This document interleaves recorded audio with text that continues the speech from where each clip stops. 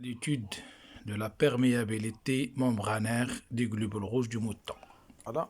Dans chaque tube, on va ajouter le NaCl 2% et on complète avec de l'eau selon le protocole dans le tableau de Polycope du TP. Et vers la fin, on ajoute 2 gouttes du sang du globule rouge du mouton dans chaque tube et on le laisse 15 minutes. Incuber 15 minutes, puis on passe à l'observation microscopique. Voilà. Pour chaque tube, on va prendre une goutte et on va la mettre sur la lame et on recouvre avec la lamelle.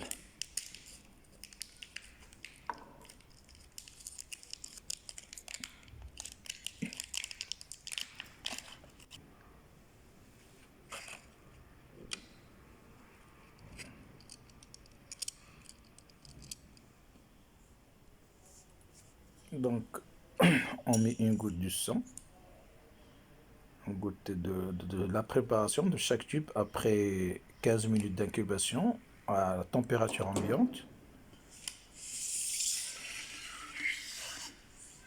On met la lamelle.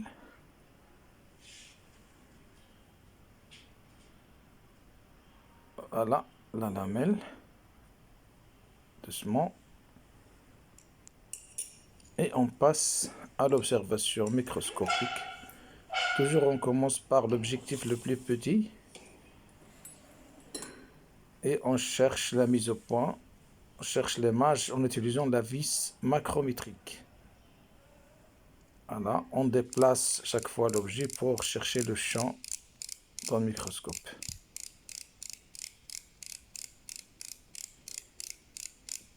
Après l'observation microscopique, on remplit les tubes Eppendorf. On met 1 ml dans chaque tube. Pour chaque tube en verre, on va prendre 1 ml. On va le mettre dans un tube Eppendorf, numéroté de 1 jusqu'à 9. Voilà, on va remplir 9 tubes Eppendorf en utilisant les suspensions des tubes en verre. Maintenant, on va remplir le tube 8. Voilà. On va essayer de mettre 1 millilitre pour avoir un peu le volume, le même volume et donc le même poids pour chaque tube.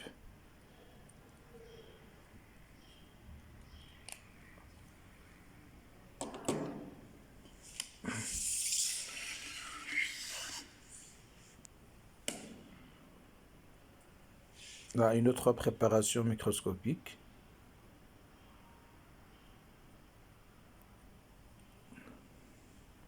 Un autre tube, parce qu'on va voir, on va faire l'observation des globules rouges dans tous les tubes pour déterminer l'aspect du globule rouge. Donc on va voir, on cherche l'état de globules rouges. Est-ce que les globules rouges sont turgescentes ou bien plasmolysés ou bien carrément éclatés.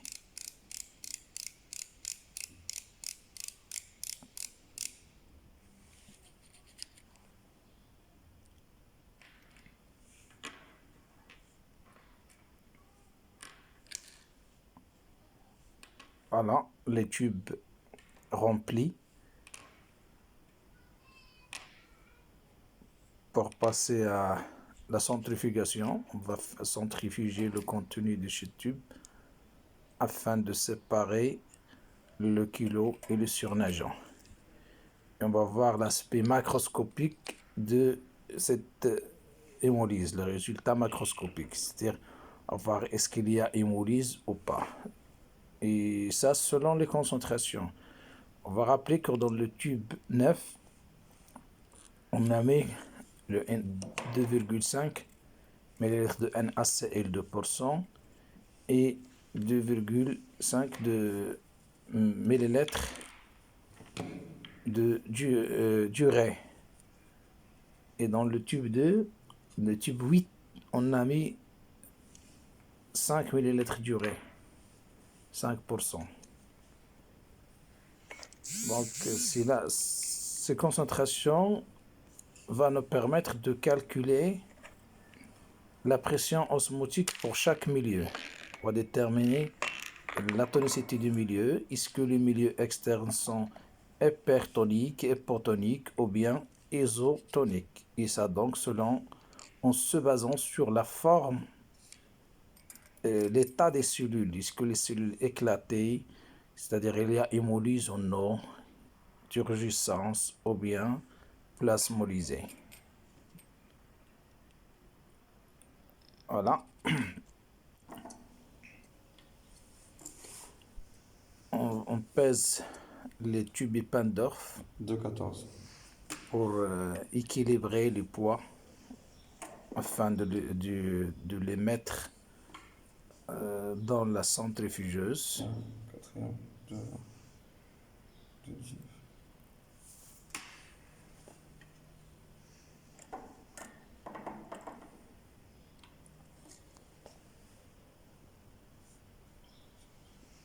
Voilà, on met le tube et devant, on met le tube, l'autre tube qui a le même poids pour garder toujours cet équilibre. Voilà.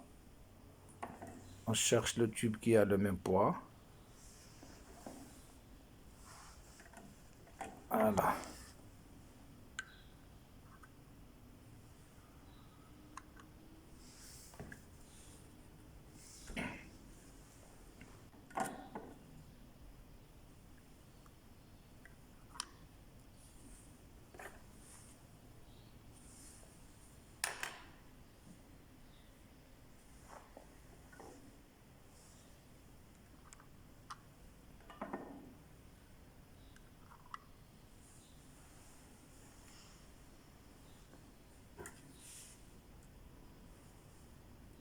Toujours le tube et devant lui, on met l'autre tube qui a le même poids que le premier tube pour toujours garder l'équilibre dans la centrifugeuse. Donc, voilà.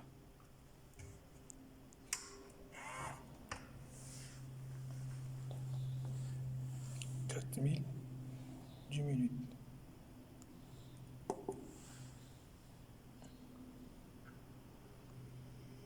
Et on lance la centrifugation. 4000 tours par minute pendant 10 minutes. Bien. Et donc, voici le résultat de cette étude. Voilà, on peut voir l'hémolyse ou bien pas d'hémolyse.